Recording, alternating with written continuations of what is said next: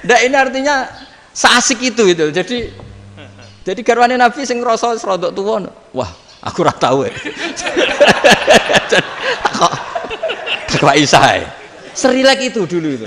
Maksudnya orang Islam pertentangan itu. Maksudnya ini ya balik semua ini bedanya orang pesantren sama orang kampus. Kalau orang kampus mau cerita agama itu rahmatan lil alamin, tapi nyontokno rileke ora iso.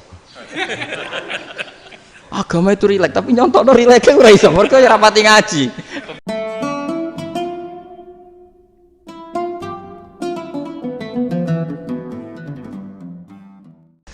Assalamualaikum warahmatullahi wabarakatuh.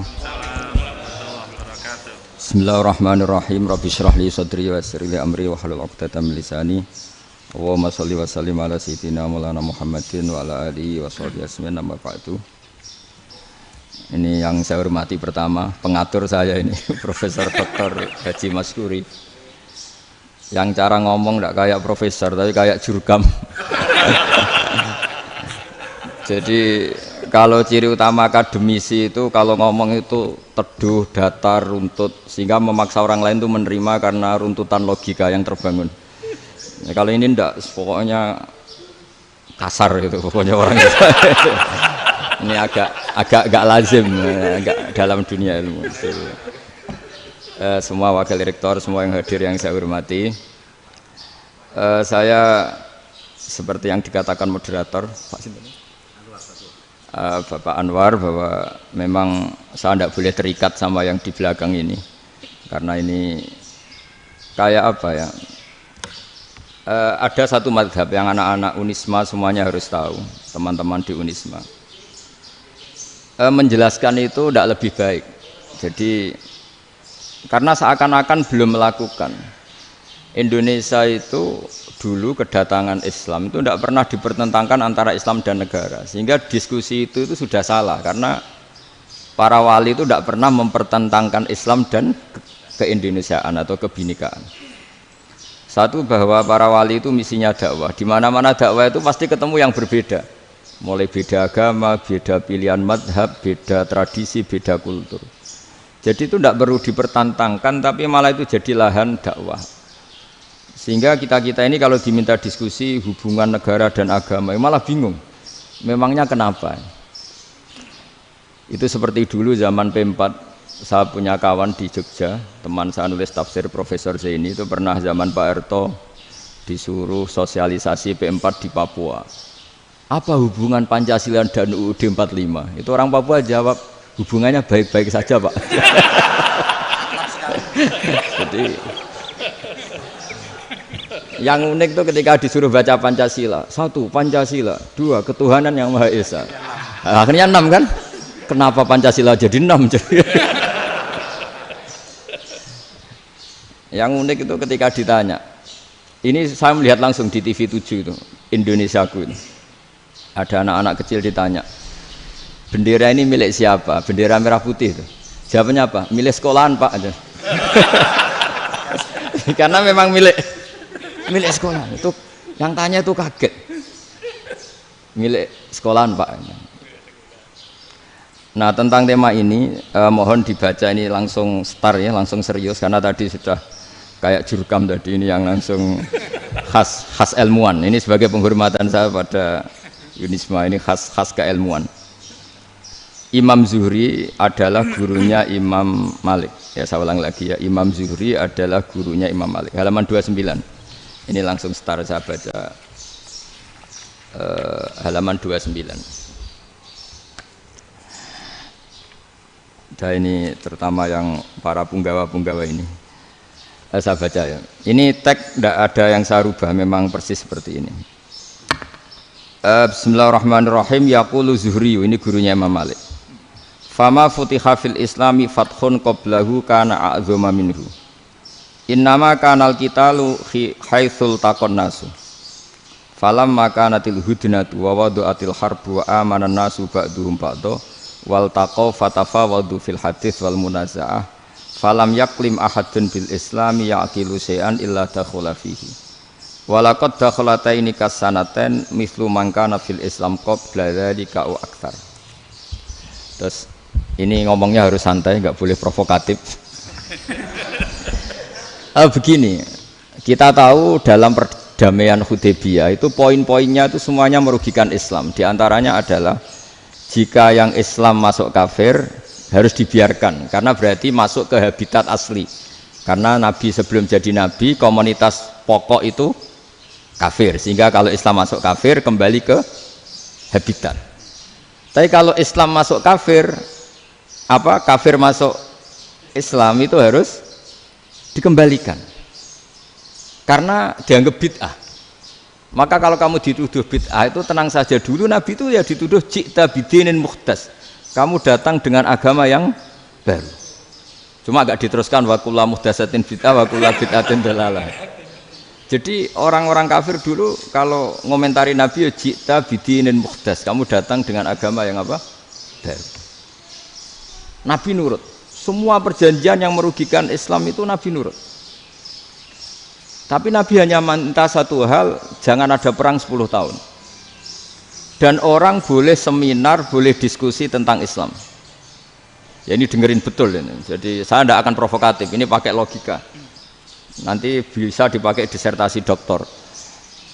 Tapi saya minta orang boleh diskusi, boleh seminar tentang Islam. Akhirnya saat itu juga ada orang yang masuk Islam. Di depan tulisan itu belum kering istilahnya. Datang ke situ namanya Abu Jandal bin Suhail bin Amr. Itu datang ke Nabi, ya Rasulullah saya ini mau masuk Islam. Kata orang-orang kafir, ini pertama Muhammad, kamu komitmen enggak sama perjanjian? Kalau kamu komitmen harus kamu kembalikan. Nabi bilang, ya Abu Jandal kamu kembali ke mereka, ke habitat mereka, yaitu menjadi kafir, di komunitas kafir maksudnya. Akhirnya nangis. Umar, Sayyidina Umar itu mendekati Abu Jandal, kemudian memberi isyarat supaya ngambil pedangnya. Jadi isyaratnya wong ini baca ora wis. Maksudnya orang-orang kafir. Tapi Abu Jandal nggak mau. Singkat cerita akhirnya kembali ke komunitas kafir. Tapi yang dikatakan Imam Zuhri cara analisis ini nggak bisa pakai provokatif, harus pakai analisis. Innama kanal qitalu haitsul taqon nasu. Yang namanya perang itu menjadikan orang tidak berpikir jernih. Ini poin yang diambil oleh Rasulullah. Kalau dibahasakan Nabi curi kesempatan, masuk Nabi dikatakan mencuri, meskipun itu hanya bahasa ya. Nggak mungkin lah kita bahasakan seperti itu. Saya ulang lagi ya. Kenapa ada perang berkesinambungan sampai tahun ke-8 Hijriah?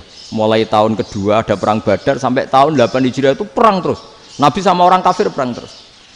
Akibatnya apa Pak Profesor? Namanya perang itu ya nggak kau bermikir. Pokoknya agar ketemu Islam perang, Islam ketemu kafir perang nggak kau bermikir.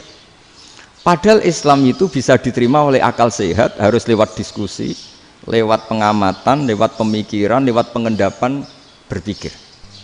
Makanya Nabi tahu ini masalah besar. Kalau orang perang terus, itu gak kober mikir Islam, tidak sempat diskusi tentang Islam. Makanya Nabi hanya minta satu poin. Oke, perjanjian ini saya turutin semua, tapi saya minta orang kafir semuanya boleh mendiskusikan Islam, boleh seminar tentang Islam. Mereka bilang iya, pada pikiran mereka kan diskusi paling piye. Ternyata betul, ada diskusi. Terus temanya gini, kira-kira bener di Muhammad Abu Jahal. Terus Tuhan Muhammad sama Tuhan Abu Jahal itu keren mana? Diskusi. Tuhan Muhammad itu khaliqus samawati wal ardi, yang menciptakan langit bumi. Sebagaimana kampanyenya Muhammad. Ya mereka masih jangkar bilang Muhammad. Kalau Tuhan kita, ya berhala itu yang kita bikin, yang kadang rusak, yang kadang kudanan, terus lemutan, pokoknya terus diskusi. Kita kok bener pengirannya Muhammad. Terus Muhammad Abu Jahal. Mulai dhisik Muhammad itu ratau bodoh nih. Mulai dulu Muhammad tuh gak pernah bohong. Abu Jahal, waduh, wis bodoh nih ngongkonan. Wis ribet kan? Dan semua diskusi itu mengarah ke kebenaran Islam. Wah, akhirnya ngomong kafir sing tokoh-tokoh cara Jawa yo. Wah, semane jebule masalah ini kan. Artinya gini, kalau kita ingin Indonesia damai, sebenarnya yang untung itu Islam.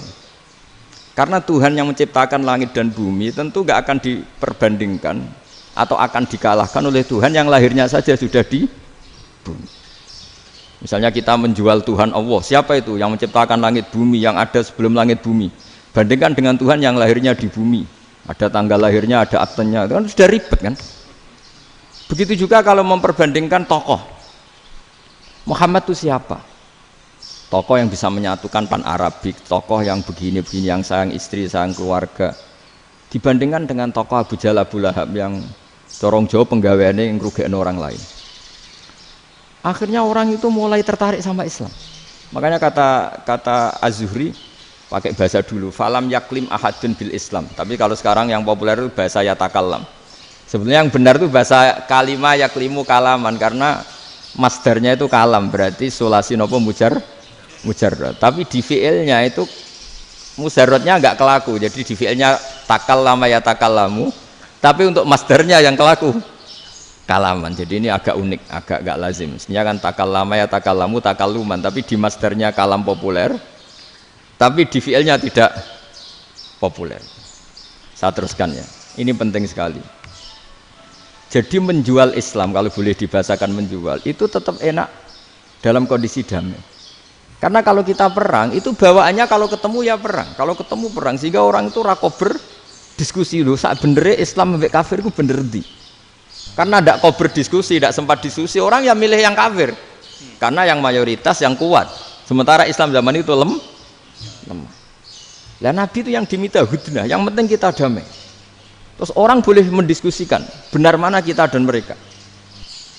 Ya setelah diskusi ya tadi kan nggak mungkin Allah yang begitu keren hebat pencipta langit bumi dibandingkan berhala yang mengurus dirinya sendiri saja tidak bisa. Walhasil terus orang mulai tertarik sama Islam dan aturannya nggak boleh dilarang diskusi itu. Nah makanya saya pernah ditanya beberapa profesor di Jogja, Gus, suatu saat kalau kampus paling keren di Jogja ini ada Islamic Studies, kemudian pengajarnya dari berbagai agama, ini riskan nggak bagi Islam?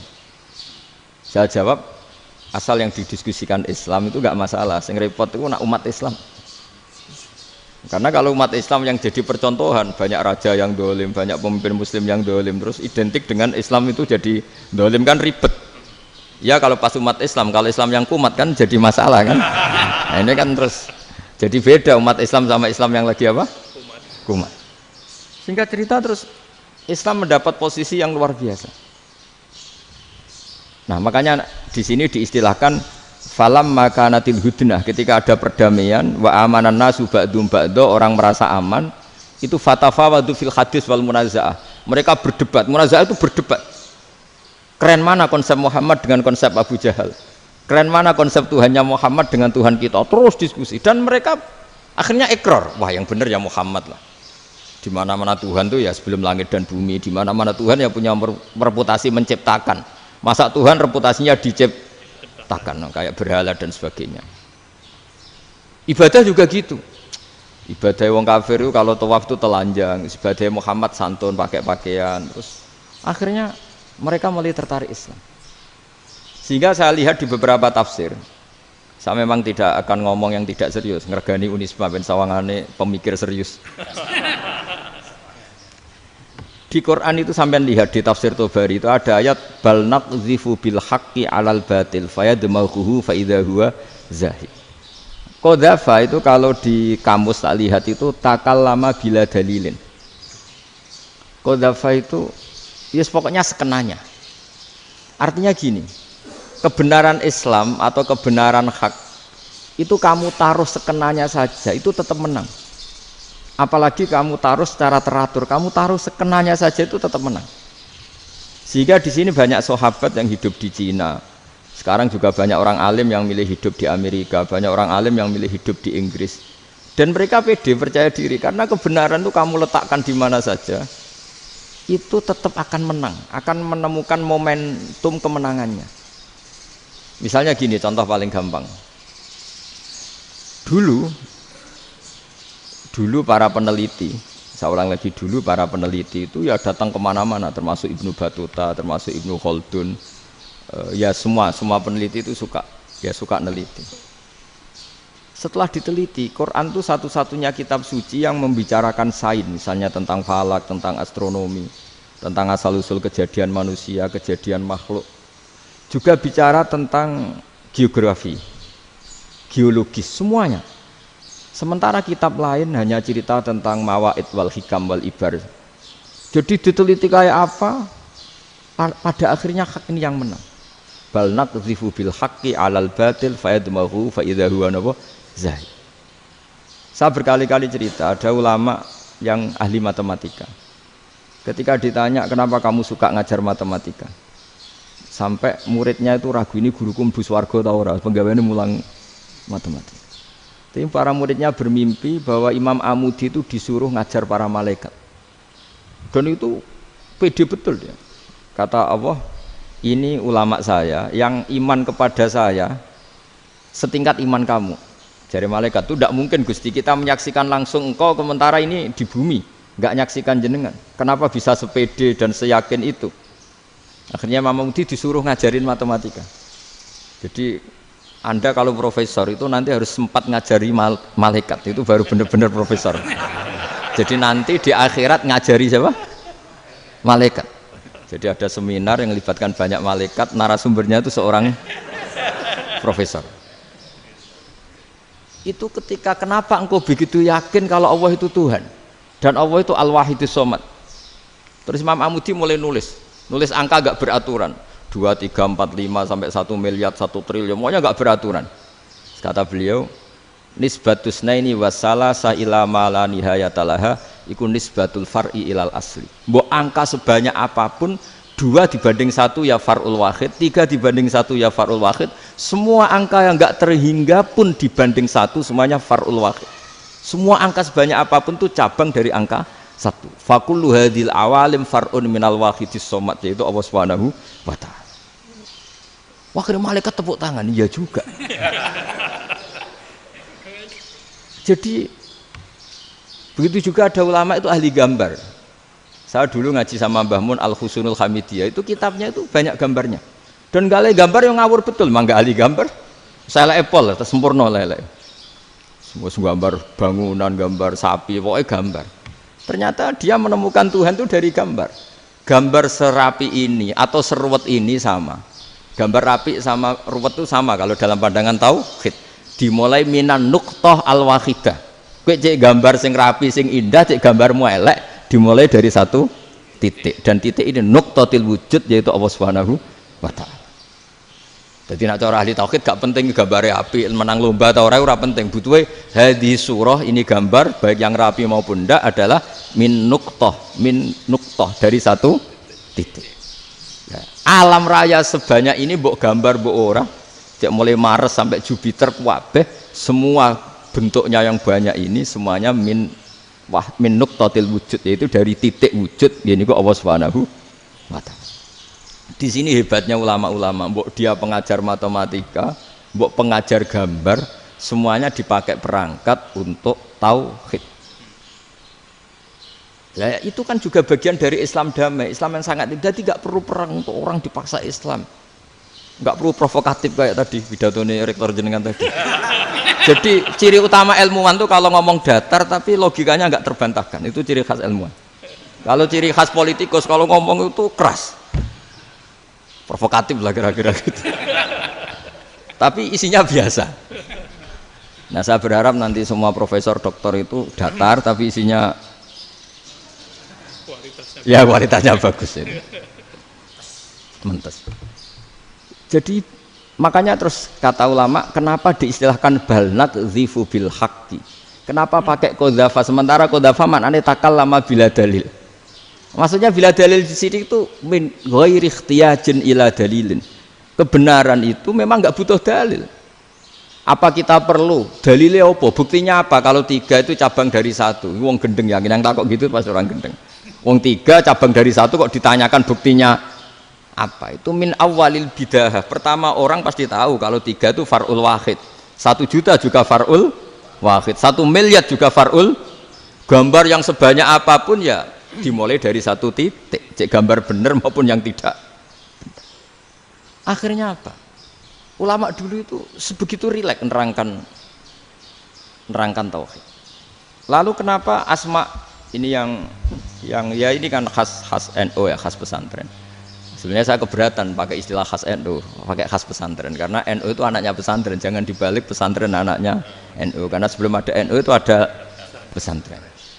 Tapi kayaknya Unisma lebih suka pakai bahasa NU dan saya ya agak-agak orderan yang terpaksa disuruh ngomong.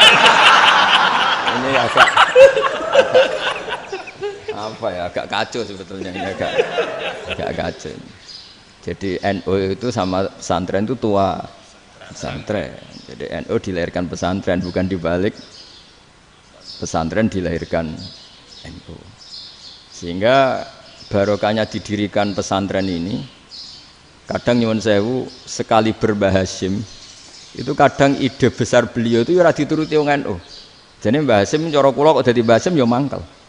Mbah Hasyim itu ngarangno kentong. Nggih ngaramno beduk, tapi wong NU nganggo kentong. Beduk. Dan uniknya Mbah Hasyim enggak tersinggung. Karena ciri khas pesantren itu membolehkan perbedaan apa? Pendapat. Itu masyhur khilafnya Mbah Hasyim sama Mbah Fakih Mas Kumambang itu sampai dikitabkan. Saling ngeritik, saling macam-macam lah. Jadi cara berpikir Mbah Hasyim ketika Nabi rembukan, ini gimana ya cara menentukan waktu sholat ya? Ya pakai kentong ya Rasulullah. Dzakalin Nasara itu untuk orang Nasrani. Ya pakai buk itu trompet, dzakalil Yahud itu untuk orang Yahudi. Terus, ada yang usul lagi pakai api ya Rasulullah, dzakalil Majusi itu orang Majusi. Setelah itu ada orang datang lari-lari cerita mimpi azan tadi. Ya itu terus dipakai sarana pemanggilan sholat ya azan itu. Sehingga Mbah Hasyim menolak kentong. Karena mantas sababi qaumin fahuwa minhu. Beliau keras sekali sampai bilang haram. Beliau judulnya ya haram, Al-Jasus Antakhrimin Nakus. Setelah naskah itu sampai ke Mbah Fakih Mas Kumambang di Gresik situ, di daerah Dukun situ. Dulu nggak ada WA ya, jadi sampainya ya lama. Makanya saya sampai sekarang nggak punya WA karena ya saya ulama kan, kalau WA-an terus ya jadi ulama. Nggak jadi ulama, main WA-an terus itu. Nah itu termasuk rektor nggak kau bermikir itu mesti kebanyakan WA. Karena kan otaknya didikte oleh sesuatu yang masuk. Sesuatu yang dilihat itu kan pasti mendikte kita. Beda kalau yang enggak WA-an kan mikir apa kita yang menentukan. Kalau WA-an kan kita ditentukan. Mau mikir anaknya butuh apa gara-gara WA informasi Jakarta mikir Jakarta. Padahal secara kewajiban ngapain kamu orang Malang mikir Jakarta. Gara-gara WA mikir Jakarta belum selesai ada berita di Sulawesi, mikir Sulawesi. Habis itu mikir NTT. Makanya semua orang sekarang merasa tokoh nasional gara-gara informasi yang masuk itu nasional. Jadi Mas Yo RT yang mikir gimana Gus Indonesia kok. Padahal RT loh. Sampai lupa kalau dia itu RT. Jadi semua orang sekarang merasa tokoh nasional. Dan itu gara-gara apa coba? Akhirnya semua orang juga punya ide tentang nasional. Harusnya negara itu gini-gini. Jebule wonge sing duwe ikon itu sapa? RT. Ribet kan? Saya teruskan, setelah naskah itu sampai ke Kiai Fakih Mas Kumambang, beliau itu marah besar. Ini harus dilawan dan saya bukan karena benci Mbah Hasyim. Beliau teman saya ketika ngaji Kiai Mahfud di Mekah. Jadi Mbah Fakih dan Kiai Hasyim itu teman ketika ngaji di Mekah. Terus cara ngelawan tuh lucu, gak ilmiah tapi gak ilmiah wong alim tetap ilmiah. Di mana-mana serupa itu tidak sama. Ya kalau mungkin zaman Nabi di Madinah itu zaman itu kentong itu identik dengan milik Nasrani. Di Indonesia beda. Pos kampling ya kentong, kebakaran ya kentong, wae sarapan orang di LP ya pakai kentong. Jadi tidak ada jaminan kalau kentongan itu identik dengan Nasrani. Lalu haramnya di mana? Yang di mana-mana tasabuh itu identik. Ini tidak identik. Mulai masalah kan? Mulai masalah. Jadi beliau gaya judul Hazruus. Hazruus itu kepala bergeleng-geleng. Sekarangan kok ngene jadi sekarangan kok provokatif gitu. Nah. Dan itu Mbah Hasyim ya hormat Mbah Fakih hormat Mbah Hasyim. Saya sendiri secara pribadi itu lebih suka pendapat Mbah Hasyim sebetulnya. Karena bagi saya sholat itu sakral. Ya sudahlah kalau sakral ya dipanggil dengan sesuatu yang sakral yaitu kalimat thayyibah azan. Tapi saya tidak akan bilang kalau kentongan itu haram. Karena kalau haram alasannya mirip orang Nasrani. Sementara pos kampling ya pakai kentong, ada banjir ya kentong, ada kebakaran ya kentong. Jadi tidak identik untuk misa atau untuk sholat ala Nasrani. Tapi itu dulu ya rileks saja, dua beliau itu ya saling menghormati, padahal saling kritik. Dan dulu ulama yang beda madhab itu ya saling menghormati. Imam Syafi'i itu kalau sholat di kawasan Masjid Abi Hanifah ya tidak kunut. Ketika ditanya kenapa kamu tidak kunut, sementara engkau berpendapat kunut itu sunat, ikroman di hadal madhab, saya sangat menghormati madhab. Imam Ahmad bin Hambal itu berpendapat kalau orang pakai bekam, pakai iftisot atau hijamah itu batal sholatnya. Sementara Imam Syafi'i mengatakan tidak batal apa sholatnya atau wudunya tidak batal. Tapi Imam Ahmad itu ditanya, apa kamu makmum Syafi'i? Bagaimana mungkin saya tidak makmum sama wali kutub seperti Imam Syafi'i? Padahal menurut keyakinan Imam Ahmad ini sholatnya batal. Ini habis iftijam udah wudu. Tapi tetap saja beliau karena perbedaan pendapat di furu' itu lazim. Ya orang boleh berdebat lah. Ketika Unisma datangkan saya, itu saking senengnya kiai, saking sombongnya sampai ngatur kiai, kan nggak pernah bisa diperdebatkan. Itu kan orang boleh debat kan? Itu saking angkuhnya apa saking senengnya kan nggak jelas kan? Kan dan orang boleh setuju pendapat saya, yaitu ngatur kiai itu haram. Setuju juga Pak Rektor, ekspresi mahabbah itu ya macam-macam. Dulu sahabat ya gitu, sahabat itu ada yang nggak kenal wajahnya Nabi sama sekali sampai akhir hayatnya. Ketika ditanya, lo kamu itu sahabat kok nggak tahu wajahnya Nabi? Saya tidak pernah berani memandang Nabi karena ijlalan Nabi, terlalu menghormati saya sehingga tidak berani memandang wajahnya. Ada sahabat yang penggawaannya dulu wajah Nabi sampai bisa nyifati alfiu faminunil hajib, sampai bisa nyifati detail karena dulu wajah Nabi itu ibadah. Ada seorang wali ditanya, kalau kamu di surga ingin nggak melihat Allah? Enggak. Loh, tapi semua orang ingin melihat Allah. Unazzihu dzalikal jamal an-nadhari misli. Ben gak elek-elek Allah tak delok terima aku. Wong ra jelas. Berarti kok delok pengiran. Banyak. Jadi justru tapi karena saking takzimnya. Enggak lah, mosok aku kok. Makanya saya berkali-kali cerita. Menurut kesepakatan ulama, soft awal itu paling baik. Tapi banyak juga wali yang kalau sholat itu di belakang. Koyok paling bener yang kok ngarep gitu. Lu bayangkan misalnya kamu semangat di soft awal di Masjid Haram, jebule sholatnya salah.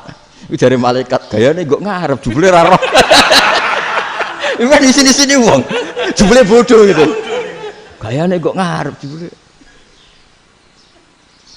Coba orang kalau sowan Mbah Mun yang berani di depan itu kan ya ketuanya atau jubirnya kan.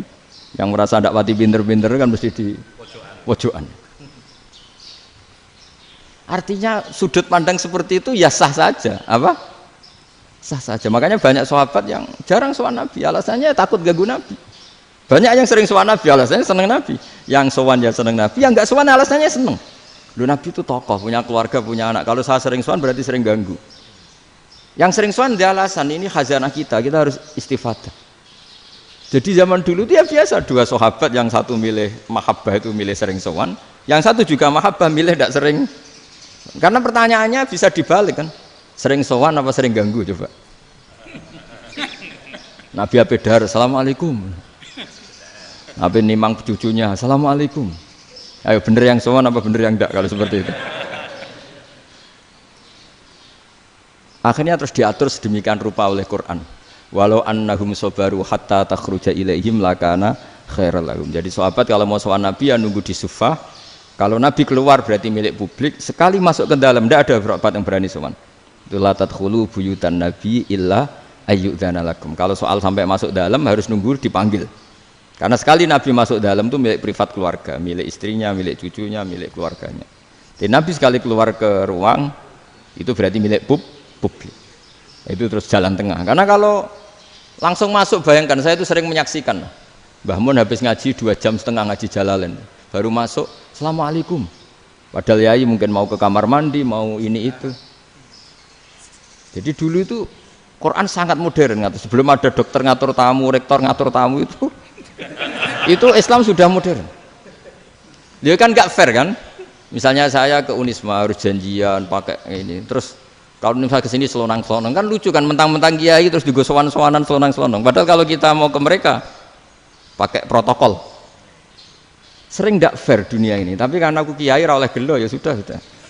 Akhirnya saya memutuskan gak gampang kemana-mana karena itu. Saya sering didatangi ajudannya menteri, Gus mau ada tamu dari Jakarta tanggal ini, mesti saya bilang, mereka milih tanggal yang mereka kosong, kok tidak mikir apa saya pas itu kosong. Tak jawab enggak lah, sebelum diatur bahasanya dan tawaduknya gitu. Akhirnya dibalik, datang lagi, Gus jam jenengan kosong apa kita menyesuaikan. Lah itu lagi dia akhlak kata saya. Itu baru punya akhlak kata saya. Bukan masalah ini, bukan masalah gengsi ya. Saya sendiri itu dolan ke alumni itu jarang karena ya takut. Kiai kan yang nganggur jam 9 nganggur, jam 10 nganggur. Bisa saja alumni itu kerja di pabrik, bisa saja yang latihan ekonomi di pasar. Sehingga kalau saya datang jam 9, iki kiai sing nilai santri ini, apa kiai sing ganggu santri. Nah karena orang ini melakukan rutin gak kok berpikir, pokoknya ngono jenenge silaturahim. Mau nyerah kok berpikir, padahal kalau diangen-angen ini kiai yang nilai santri ini, apa kiai yang ganggu santri ini karena datang di jam kerja. Nah, bayangkan kalau kebenaran dulu itu dikawal oleh satu peradaban perang. Jadi Nabi sesuai diangen-angen mbek Nabi. Perang Badar menang Nabi, perang Uhud menang wong kafir, perang ini gonta-ganti. Apapun itu yang penting satu kesimpulannya, cara Rasulullah kesimpulannya satu. Orang tidak kober mikir kebenaran secara mengendapkan pikiran dengan pikiran jernih. Maka hebatnya Nabi ketika perjanjian, pokoknya saya minta nggak ada perang. Dan orang boleh mendiskusikan Islam. Itu luar biasa idenya Nabi. Karena bawaan perang itu orang kan nggak kober mikir. Ibarat seorang misalnya senang satu perempuan, ketemu rivalnya langsung perang kan gak mikir. Tapi kalau kau bermikir, dia ngenangen cawe wedok iku ora seneng aku. Untungnya apa untuk wong ayu ora seneng, malah mau loro hati. Terus sudahlah, buruan dialihkan kemana kan gitu. Itu nak mau amen WA nan tukaran lewat SMS atau tarung langsung ora kau bermikir. Tapi kalau kau bermikir, akhirnya berpikir nih, perempuan tadi sebenarnya yang disenangi siapa? Oke, ternyata senang Pak Erik. Sudah kita ngalah. Karena tidak ada nikmatnya kan menikahi perempuan yang sama sekali tidak mencintai kita. Tapi kalau nak kau berpikir pokoknya diprovokasi, wah kue kalah mbek A, kue kalah mbek B. Pikirannya kan, ojo sampai kalah. Bareng wis menang ternyata ada mas. Lah. Nah bayangkan Islam itu seperti itu dulu, dipertarungkan. Luang Islam itu dinu aklin, agama yang diterima dengan akal sehat. Tapi sekarang ukurannya perang. Yang menang berarti benar, yang menang benar. Kan terus jadi repot. Itu Nabi tidak ingin, makanya Nabi ingin sudahlah, nggak ada perang. Nah, makanya kata Imam Zuhri, fathul Islam terbaik adalah orang boleh diskusi tentang Islam dan tidak ada perang. Lagi-lagi penting, tidak perang itu penting, silmun itu penting, perdamaian itu. Setelah tidak ada perang, akhirnya fatafawadu fil hadis wal munazah, orang boleh diskusi apa saja, termasuk boleh adu polemik. Konsep satu Tuhan dan Tuhan banyak diperdebatkan. Akhirnya Nabi secara rileks bisa menjelaskan. Muhammad, urusan kita banyak. Kalau Tuhannya satu tidak cukup, Tuhan harus banyak untuk menyelesaikan berbagai urusan. Ada Tuhan bagi rektorat, bagi macam-macam kan. Ada Tuhan untuk ngurusi utang, ngurusi BPKB, macam-macam. Terus kata Rasulullah, enak saja Nabi jawabnya. Ya kalau kamu punya majikan banyak, perintahnya beda-beda. Kamu mangkel enggak, bingung enggak? Ya susah mat. Kalau majikannya banyak, perintahnya beda-beda, kita jadi repot. Senang mana? Senang majikan satu. Ya sudah Tuhanmu itu majikan kamu. Kalau Tuhannya banyak, perintahnya macam-macam, kamu yang repot. Akhirnya sudah mat Tuhannya satu aja. Nah, itu ya barokahnya diskusi tadi, barokahnya enggak perang. Daraballahu mathalan rajulan fihi syuraka'u mutasyakisuna wa rajulan salamal lirajul hal yastawiyani masalah. Terus alhamdulillah. Jadi orang yang paling kafir pun saat itu taslim. Nah, ini kembali ke kalimat la ilaha illallah. Saya tidak perlu provokatif, pasti teori saya itu benar. Bukan saya bilang benar itu karena sombong, enggak. Ini sesuai teks. Misalnya begini, benar enggak kelompok takfiri yang suka ngafirkan orang lain? Itu pasti tidak benar. Logikanya gampang. Orang yang kafir 70 tahun saja dengan melafadzkan la ilaha illallah menjadi muslim. Masa dengan kalimat yang sama yang muslim menjadi kafir? Itu logikanya kan enggak ketemu. Orang kafir 70 tahun untuk menjadi muslim disuruh baca apa? La ilaha illallah. Tapi gara-gara baca la ilaha illallah nyekel patok jadi kafir. Pertanyaannya, loh ini kalimat apa? Kalimat untuk mengkafirkan apa kalimat untuk mengislamkan? Karena yang kafir dengan kalimat itu menjadi Islam, ternyata yang Islam dengan kalimat itu menjadi kafir. Itu ketemu nggak? Cara logika itu kan nggak ketemu kan? Makanya cara pikirannya Abul Hasan Asyadzili, dan saya setuju pikiran itu. Istighfar ini boleh orang Jawa Timur protes karena kadang beda manhaj, tapi jangan protes saya, protes Abul Hasan Asyadzili kualat mesti sampean. Ketua Torekoh napa? Sadziliyah. Cara madzhab Sadzili, dan Anda boleh berbeda madzhab, mencari khasnya wong kampus wani beda. Beda kapasitas lah, pokoknya butuhnya beda. Dan ketok pinter, ketok kritis tuh. Cara madzhab Abul Hasan Asyadzili itu gini Pak Rektor. Jadi istighfar itu baik, tapi ba'da kamali tauhid, setelah tauhidnya itu benar. Alasan beliau masuk akal. Ketika ada ayat fa'alam annahu la ilaha illallah wastaghfir li dzambik. Bihadil kalimah. Jadi orang boleh istighfar itu setelah tauhidnya benar. Alasannya Abul Hasan Asyadzili begini. Qul lil ladzina kafaru iyantahu yughfar lahum ma qad salaf. Katakan kepada mereka yang kafir, sekali mereka tidak kafir, maka otomatis dosanya masa lalu diampuni. Pertanyaannya, yang bisa menghentikan kekafiran itu kalimat apa? La ilaha illallah. Dengan hanya melafadzkan la ilaha illallah Muhammadur Rasulullah, langsung yughfar lahum ma qad salaf, langsung dosanya diampuni. Berarti yang menjadi pengampun dosa lah, penyebab pengampunan itu apa? La ilaha illallah. Itu bahkan orang kafir belum istighfar. Di ayat itu kan Allah gak mensyaratkan setelah la ilaha illallah istighfar baru diampuni, enggak. Asal la ilaha illallah langsung yughfar lahum ma qad salaf. Saya ulang lagi ya, jelas ya. Jadi kulil ladzina kafaru iyantahu yughfar lahum ma qad. Nah, sekarang iyantahu, mereka berhenti dari kafirnya. Syaratnya pakai apa? La ilaha illallah Muhammadur, itu langsung yughfar lahum ma qad. Artinya apa? Ghufranullah itu bisa didapat hanya dengan mujarrodut tauhid, yaitu hanya dengan melafadzkan kalimat thayyibah. Dan sahnya istighfar juga berdasar kalimat thayyibah itu. Misalnya gini, orang kafir sebelum Islam melafadzkan astaghfirullah, astaghfirullah, astaghfirullah, kira-kira diterima enggak? Enggak kan? Karena syaratnya istighfar ba'dat tauhid. Nah, makanya dalam madzhab Sadzili istighfar itu setelah la ilaha illallah. Karena cara pandang ya seperti itu. Jadi fa'alam annahu la ilaha illallah wastaghfir li dzambi. Jadi dengan kebenaran tauhid saja ini sudah cukup kita insya Allah layak diampuni. Karena innallaha la yaghfiru ayyusyraka bihi wa yaghfiru ma duna dzalika liman yasha. Jadi orang yang tauhidnya benar itu bisa diampuni Allah asal tauhidnya benar. Itu Allah ngendikan liman yasha wa yaghfiru ma duna dzalika liman yasha. Dawe Imam Suyuti walam yakun liman yastaghfir. Jadi orang yang bertauhid secara benar meskipun gak sempat istighfar itu tetap potensi diampuni. Karena bawaan tauhid itu sudah menjadi layak diampuni. Kayak orang kafir sekali ngelafadzkan kalimat tauhid mbok gak istighfar langsung diampuni. Nah, karena melihat seperti itu terus orang berlomba-lomba memperbanyak jumlah ngelafadzkan la ilaha illallah. Jadi kita yang alim, kita semua, saya tidak bilang saya, kita termasuk yang di pinggir-pinggir saya ngaku alim orang masalah lah soalnya. Kita semua yang alim-alim itu tahu bahwa la ilaha illallah itu super, sudah bawaannya tauhid, juga punya kelayakan diampuni. Nah, kemudian nasib kita agak sial, malah kalimat ini dituduh bid'ah, dituduh khurafat. Mergo Nabi nggak pernah tahlilan, Nabi tidak pernah. Nabi gak pernah tahlilan, kalau diartikan Nabi ra tau maca la ilaha illallah, nek gak kalimat itu.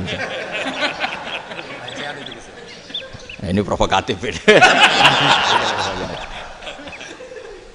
Jadi ini sudahlah keanehan-keanehan ini kita terima karena ciri utama wali, ciri utama ulama itu wa udhu fisabili, harus pernah disakiti. Jadi kalau Unisma sakit karo dituduh apa? Dituduh bid'ah itu berarti belum calon ulama. Calon ulama itu wa udhu fisabili, harus disakiti. Jadi kalau kamu disalahpahami itu ya harus santai. Provokatif tadi. Iya, termasuk provokatif tadi. Termasuk diatur tadi. Jadi kalau cara berpikir kan, karena mereka itu memang kalau kita turutin itu memenya itu terlalu, kadang menghujat kita itu. Enak ya jadi KNU, ada orang mati datang, kiainya dapat makan, dapat rokok, terus pulang. Jadi apa? Terus kita kayak tersangka terus. Kita kan kayak tersangka terus. Tertuduh terus itu. Terus yang orang NU ya memenya juga nggak kalah ekstrimnya. Boleh ya ajaran orang nggak boleh ngasih kiai gitu. Berarti boleh dong ajaran kikir. Jadi memang kadang apa ya? Cangkem elek lah bahasa kasarnya itu. Itu memang kadang lebih mengenakan kalau kita datang ke acara mayat kan dapat makan, dapat minum. Kalau yang sohibul bed rokok ya dapat rokok. Kalau kiainya dapat wajib, kadang 20.000, kadang 50.000. Terus memenya itu kok setega itu ya ada orang meninggal kok malah kita makan-makan. Seakan-akan kan kultur ini biadab kan gitu. Tapi yang orang NU kebalikan bales. Oh ternyata nggak boleh ya mayat disodakoi. Ternyata nggak boleh ya orang dermawan. Berarti Islam membolehkan medit ya gitu. Model ini kan. Tak angen-angen itu luwih mandi timbang takbir ya kan. Karena ini kan memicu emosi kan. Memicu apa? Emosi. Nah, tapi saya kalau disuruh bela mana itu tidak ada yang saya bela. Ya seorang sudah lah kalau mau nganggur saja sudah itu. Ya tapi itu memang apa ya? Itu khazanah Islam. Ada yang kritik, ada yang enggak. Ya itu memang khazanah, ya biasa aja kalau saya biasa. Karena dulu ulama itu sudut pandangnya itu ya seperti itu. Ada yang ulama suka ibadah itu sholat, ada yang milih apa tidur. Sampai Imam Ghazali bilang suatu saat ibadah terbaik di zaman akhir itu tidur kan. Sholat saja kalah sama tidur kan. Tapi itu loh ya, yang wajib tetap loh, terus kamu gak sholat wajib. Begini beliau mencontohkan itu. Ada orang sholat tahajud terus obsesinya itu ingin hajatnya terkabulkan. Sementara yang tidur obsesinya nikmati rahmatnya Allah, boleh tidur, bisa tidur. Kata Imam Ghazali, timbang kita tahajud terus nuntut pangeran aduk turu katanya. Mergo engko diakibat terus setan memberi bisikan, lho nyatanya kamu tahajud ya gak terkabul. Berarti cerita bahwa Nabi ngendikan kalau doa tahajud mustajab enggak. Daripada ngono ki aduk turu ora tau ndonga Imam Ghazali. Timbang abri-abri Islam ya, timbang ngelek-ngelekin apa? Islam. Jadi ulama itu mulai dulu itu sudah berpikir. Banyak orang menjadikan tahajud, sholat malam itu media untuk hajatnya. Dan kalau nggak kesampaian ini mutung. Nyalahkan kiainya ijazah ramandi. Macam. Daripada ngono ora usah apa? Tahajud itu turu. Dan jenis kayak ini tuh banyak. Makanya ulama kayak saya itu saya naik dewi itu ya jarak. Saya sering didolani muhibbin terus bilang Gus saya doakan gini-gini saya mau nyalon bupati atau saya gini. Saya bilang gak waduh orang dongo nak ramandi darani ulama dongane ramandi. Nak mandi kamu jadi bupati tetap nganggep karena beli. Sopo sing ora roh bupati saya gak beli. Ribet kan? Ketika mereka jadi ngunsurkan doa kamu apa karena kemarin beli? Yang beli maksudnya nggak beli nggak usah tersinggung. Jadi ribet ngadepin. Nggak artinya gini loh, boyo doa itu jangan dipakai begitu loh. Kalau minta nasihat tak nasihati jadi bupati yang baik, gubernur yang. Kalau minta doa itu resikonya. Akhirnya kiai-kiai kalau diminta doa ya doa sebenarnya diisinya itu nggak doa kemenangan. Itu nggak selamat gitu. Karena ribet. Makanya Islam itu doa itu setelah iman. Aturan iman benar baru doa. Aturan iman benar termasuk Allah itu yaf'alu ma yasha, boleh melakukan yang dikehendaki. Allah enggak boleh terdikte oleh doa kita, enggak boleh. Ya saya ulang lagi ya, mazhab Hasan Asyadzili ini khas kita.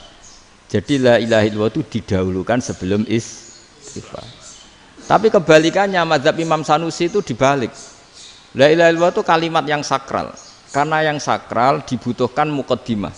Yaitu yang melafadzkan harus yang sudah bersih, yang sudah steril baru melafadzkan la ilaha illallah. Maka dalam mazhab Sanusiyah istighfar dulu baru la ilaha illallah. Nah, cara mazhab Abu Hasan Asyadzili kebalikan, istighfar itu sah setelah sahnya tauhid. Kamu ikut mana dulu? Asyadzili apa Sanusiyah? Alhamdulillah sama-sama tidak paham ya sudah. Akhirnya sudah. Ya saya nggak kemana-mana kan gitu. Jadi apa ya? Terus ini saya teruskan ini biar khas pesantren atau khas NU lah kalau bahasa Pak Rektor khas NU. Ini Ben sampean tahu beberapa perbedaan itu lazim. Halaman 24. Ya, halaman 24 sama 25. Tak baca, ini masih orisinil. An Sufyan bin Uyainah, ini juga gurunya Imam Syafi'i. Kata Sufyan bin Uyainah, beliau cerita, kana Isa wa Yahya alaihi masalam ya'tiyanil qaryah. Fayas'alu Isa an syirari ahliha. Wa yas'alu Yahya an khiyari ahliha. Jadi Nabi Isa dan Nabi Yahya itu satu generasi, sama-sama masih muda.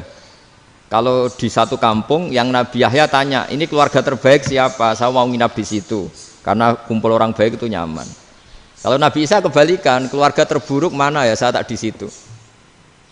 Nah terus akhirnya faqala lahu Yahya lima tanzilu ala syirarin nas. Kenapa kalau kamu bermalam kok malah kumpul orang-orang yang nakal? Innama ana tabibun udawil mardo. Saya ini nabi ibarat dokter. Di mana-mana dokter yang ngumpuli yang sakit, ngobati yang sakit. Makanya di NU itu ya banyak Kiai Jazab mengumpuli yang nakal-nakal. Nak tepak yang entas yang nakal, nak ora tepak ya katut. Ini adu nyali lah sudah gitu. Tapi itu ada ilmunya, yaitu niru Nabi siapa? Isa. Kalau kamu dokter penelitian tuh cari daerah yang banyak pandemi apa yang bersih? Yang banyak pandemi, karena yang namanya penelitian ya di situ kan. Kalau kamu dakwah ngentas kemiskinan, ke daerah miskin apa daerah kaya? Nah sama, kalau ngentas kefasikan ke daerah fasik apa daerah orang soleh? Fasik. Ya, tapi itu Nabi Isa. Nah kalau kamu tidak Nabi kan potensinya kan tuh. Tapi setidaknya bahwa kita sering disalahkan karena punya beberapa tokoh yang ngancani fasik-fasik, itu sebenarnya ada dalilnya, yaitu Nabi siapa? Isa. Nah terus masalah tegas dan lunak. Ketika ada mahasiswa misalnya pacaran, boncengan lanang dan perempuan, itu pilihan kita apa? Kalau tegas terus gak mau mendengar kita, misalnya gini contoh gampang, tak beri contoh Pak D, jangan orang tua, nanti secara fikih itu beda. Nah ini kan kita orang pesantren, nah, biasa ngaji fikih detail. Kamu Pak D seorang perempuan, mahasiswi misalnya, sering pacaran, setiap ke situ sama pacarnya kamu diam saja, padahal kamu dosen keislaman. Mesti pamanaan kamu nyimpulkan, ternyata pacaran itu tidak apa-apa, buktinya Pak D itu tidak negur, menengahi. Ini berarti as-sukut alal mungkar. Tapi kebalikannya, Pak D ini terkenal keras. Nak rono mesti raja kuponaan. Akhirnya yura rono. Mesti ngerti nak mesti diamuk. Nah, dua orang ini sama-sama gagal kan? Yang lunak menjadikan ponaannya pacaran terus karena enggak negur sehingga dikira membolehkan. Sing keras juga enggak sempat bina wong rono era wani.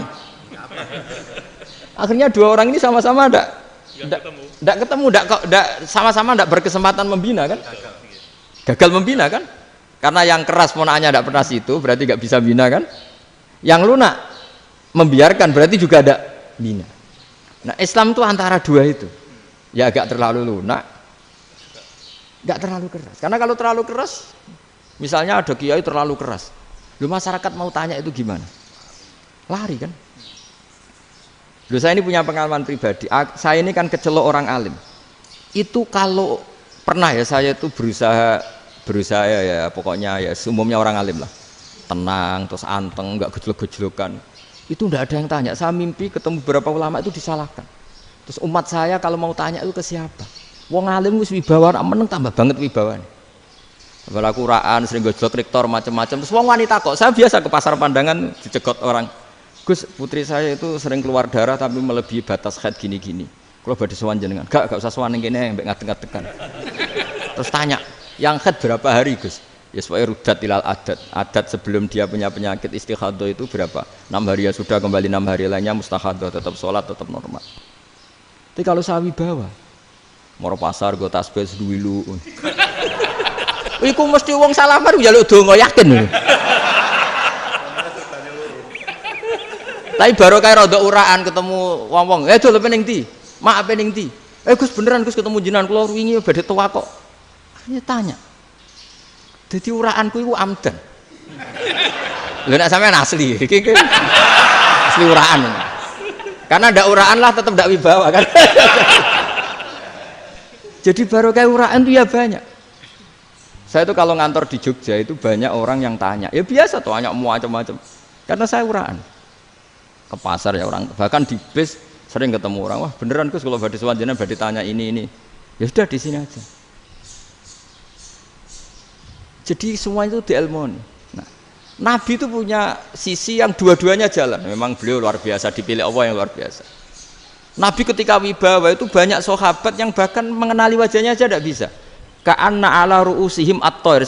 Bayangannya seakan-akan di kepalanya itu ada burung yang takut terbang, saking antengnya. Tapi Nabi sekali mengeluarkan job, sekali santai, itu sahabat tanya itu sampai yang nggak pantas ditanyakan. Nabi saat tadi kumpul istri saya, tapi tidak inzal, itu wajib mandi ndak? Aro'aita law anna ahadana ya'ti imro'atahu walam yunzil. Itu ya ditanyakan. Nabi pun kumpul ya betul saged inzal sepundi. Guys betul lagi. Terus ya ada yang tanya macam-macam. Ya saking ada sahabat dipanggil Nabi tambah lari, dipanggil lagi tambah lari. Panjenengan nyeluk, oh pas kula kumpul bojo kula. Lah kula kuwatir jenengan orang suci, saya belum mandi, makanya saya lari. Nabi ngendikan innamal mukmin thahir, ya nak masalah ketemu kiai ra apa-apa ijek junub. Sementing kok nak salat ya adus sik. Tapi Nabi sekali pakai madzahirul jalal, tapi pakai wibawanya, itu orang enggak berani ngomong. Tapi sekali Nabi rileks, itu orang bisa tanya apa saja, termasuk halal yang enggak pantas. Ada sahabat itu tanya lucu, tanya Maimunah. Maimunah itu ya cantik tapi sudah agak tua lah. Maimunah, ya umal mukminin, hukumnya ngambung bojo pas Ramadan piye? Wah gak roh aku, gak tahu diambung kan Nabi pas Ramadan. Tanya Saudah, wah malah ngarah diambung kalau Saudah itu kan wis tuwa itu. Lucunya istrinya dia jawab, tanya Aisyah yang mungkin Nabi. Iya, yang mungkin tanya Aisyah. Itu yang usul ya istrinya Nabi Maimunah. Selalu Aisyah. Tanya Mbak Aisyah. Ya Amirul ya umal mukminin gini-gini. Wah, Aisyah yang cantik masih perawan kan.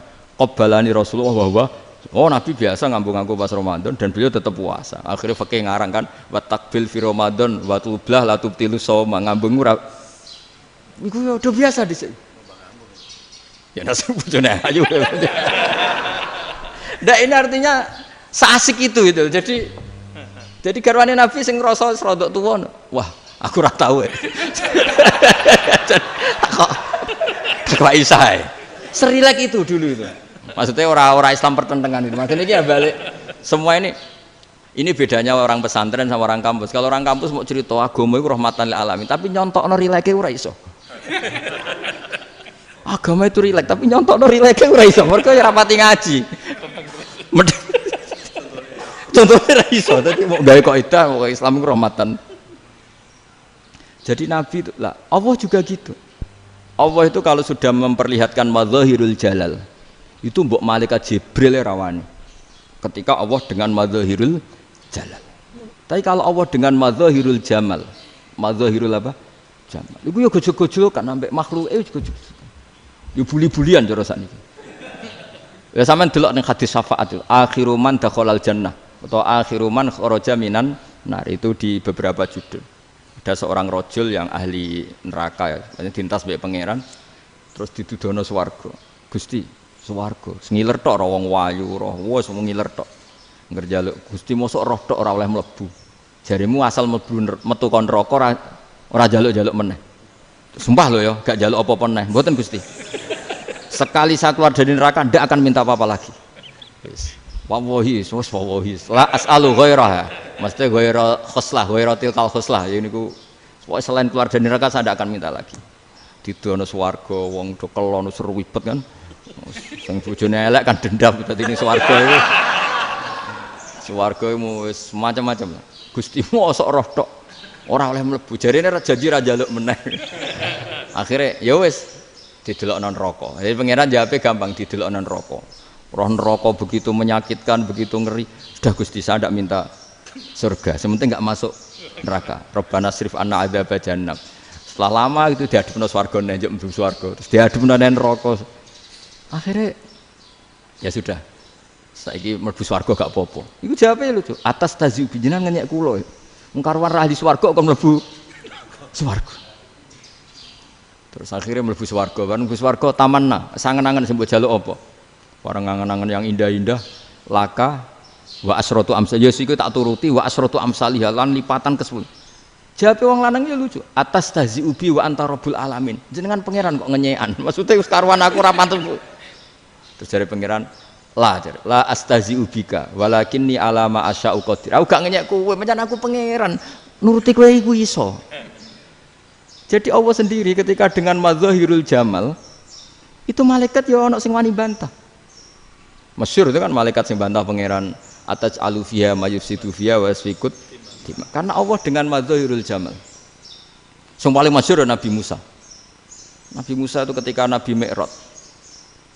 Nabi Mi'raj itu beliau kira-kira di langit keempat lah yang masyhur atau kelima. Ngelangkai. Nabi Musa nangis, ya Rabbi ini apa-apaan? Orang sing ja'a ba'di kemudian melangkai makom saya ini apa-apaan? Jadi Nabi Muhammad kan apapun hebatnya kan junior. Kok melangkai makom saya ini apa-apaan? Enggak fair. Sampai Nabi Muhammad itu tanya gini sama Jibril. Reaksi Allah gimana ketika melihat Musa seperti itu? Jawab malaikat Jibril lucu. Ya roh khiddatahu, Allah sapal gayane Musa, biar. Jadi lucu. Ya dibiarin aja sama Allah. Tapi wong jenenge Nabi Musa itu kekasihnya Allah. Tetap berkah bagi kita. Betul. Ketika setelah Mi'raj diwajibkan sholat 50. Gentenan Nabi Musa kelihatan nabinya. Sebenarnya Nabi Musa itu sebetulnya loh, enggak nguntungkan kita sebetulnya. Tapi yang nguntungkan. Sebenarnya enggak niat nguntungkan kita, tapi nguntungkan. Nabi Ibrahim kan di langit ke-6, keren lah. Konti jong ketemu Allah ngeten-ngeten kan sholat seket. Karena Nabi Ibrahim terkenal Nabi baik tidak bantah. Bareng Nabi Musa. Kenapa diceluk pangeran? Kula kan sholat ping 50. Inna ummataka la tutiku dalik. Wah, gak kuat umat. Serai-rai gak umatmu ora ngarah kuat 50 rakaat. Tapi sebenarnya Nabi Musa itu niatnya bukan membela kita.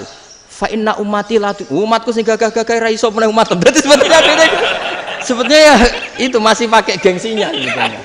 Wes ngono-ngono lah sementing kita untung. Sebetulnya dia itu enggak terima wong umat saya aja yang lebih kuat. Enggak kuat apalagi umatmu. Lah terus sebutin irji ila rabbika fas'alhu takhfif. Itu berarti Allah dengan madzahirul jamal. Sudahlah, datang ke Allah minta keringanan. Allah itu baik. Minta, ambek Allah diringana mau 5 tok, jadi cek 45. Balik ke Nabi Musa, piro 45, cek ra kuat umat. Wong umat kowe ra kuat, dadi sebenarnya bela. Umat kowe ra kuat. Lho cara Nabi Muhammad model wong Malang, yo beda umatku mbek umatmu. Ribet kan? Beda.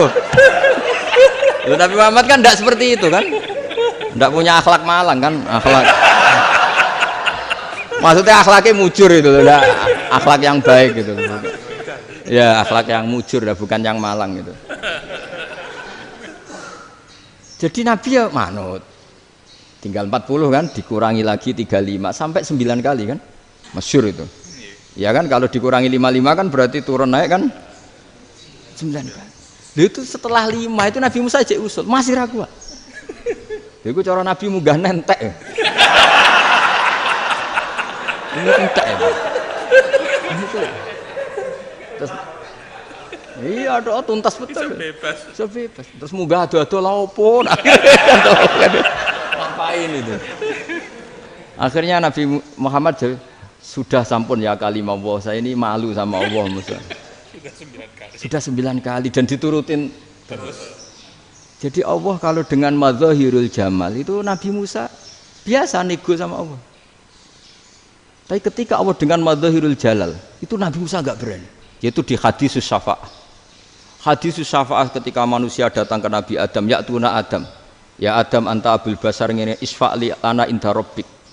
Kamu saya minta mensafaati kita.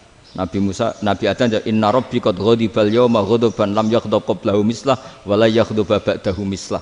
Ini Allah sedang murka besar dan tidak akan murka seperti ini lagi. Sudah saya tidak berani, nafsi. Nabi Ibrahim enggak, termasuk Nabi Musa ketika itu ya enggak berani. Karena Allah dengan madzahirul jalal. Itu Nabi Musa enggak berani. Sudah saya sendiri itu pernah salah. Yaitu saya membunuh seseorang yang enggak disuruh oleh Allah membunuh itu. Yang pas jotosi orang Kipti.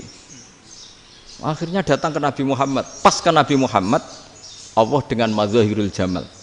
Dengan madzahirul jamal sampai Kanjeng Nabi ngendikan analah saya akan memintakan syafaat kalian. Terus fa ahmadu rabbi bima hamida allamaniha rabbi. Saya muji Allah dengan pujian-pujian yang orang lain tidak tahu, hanya saya yang diajari, kata Rasulullah. Nah di sini menurut banyak ulama, termasuk kitab yang saya baca, kenapa Muhammad sebagian namanya Ahmadu? Itu dari af'al tafdil, fa Muhammadun Ahmadu min ghairihi. Muhammad Rasulullah itu kalau muji Allah di atas cara mujinya Nabi yang lain. Jadi Ahmadu bukan dari fi'il mudhari' lil mutakallim, tapi dari af'al apa? Tafdil. Fa Muhammadun Ahmadu min ghairihi. Bahwa Kanjeng Nabi Muhammad sallallahu alaihi wasallam itu cara mujinya Allah di atas pujian para nabi. Makanya di sini Sayyid Ali Zainal Abidin kalau muji hamdal hamidin wa fauqa hamdil hamidin. Jadi pujian saya ini di atas rata-rata cara mereka apa? Memuji. Yaitu sirinya apa? Nabi itu tahu bahwa akhirat itu tidak bisa batasi Allah. Kamu tidak bisa nyemprit Allah. Allah, ini akhirat loh. Amal sudah ada manfaat. Ingat itu. Tidak bisa seperti itu. Allah itu nggak bisa tunduk sama konstitusi yang bernama akhirat. Artinya Allah meskipun di akhirat tetap duwe hak yaf'alu ma yasa atau yaf'alu ma yurid. Nggak bisa kamu terus wah ini akhirat, amal ra iso dikirim wong mati, amal ra iso dikirim.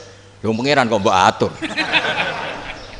Kalau kita yang mengirimkan nggak bisa, tapi kalau Allah tetap bisa. Makanya ada kiai mengatakan kodok qadar ora iso dirubah, itu kamu. Makanya ada seorang kiai ditanya, kodok qadar ora iso dirubah sekali dicatat selesai.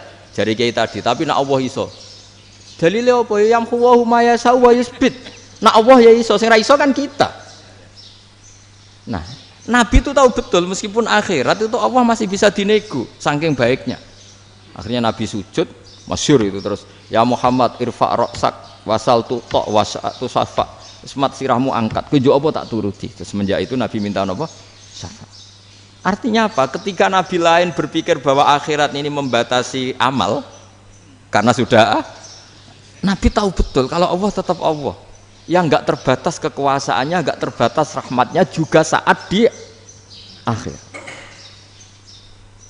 Makanya disebut fa Muhammadun Ahmadu min ghairihi. Makanya wa mubasyiram bi rasuli ya'ti mim ba'di ismuhu Ahmad.